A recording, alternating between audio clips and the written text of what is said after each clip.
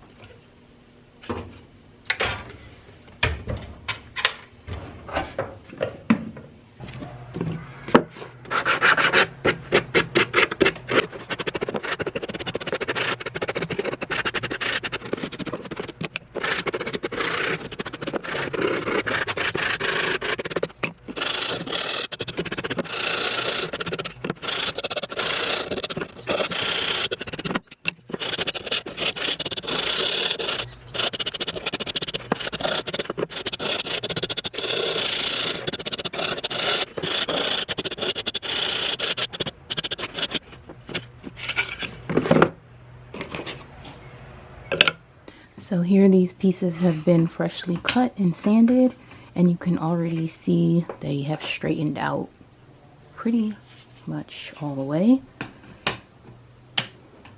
I still think I'm going to lay a weight on top of them just to make sure. That's what it's looking like.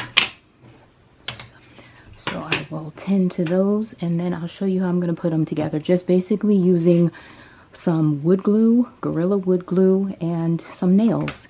I'm either going to use the nail gun or just a hammer and nails.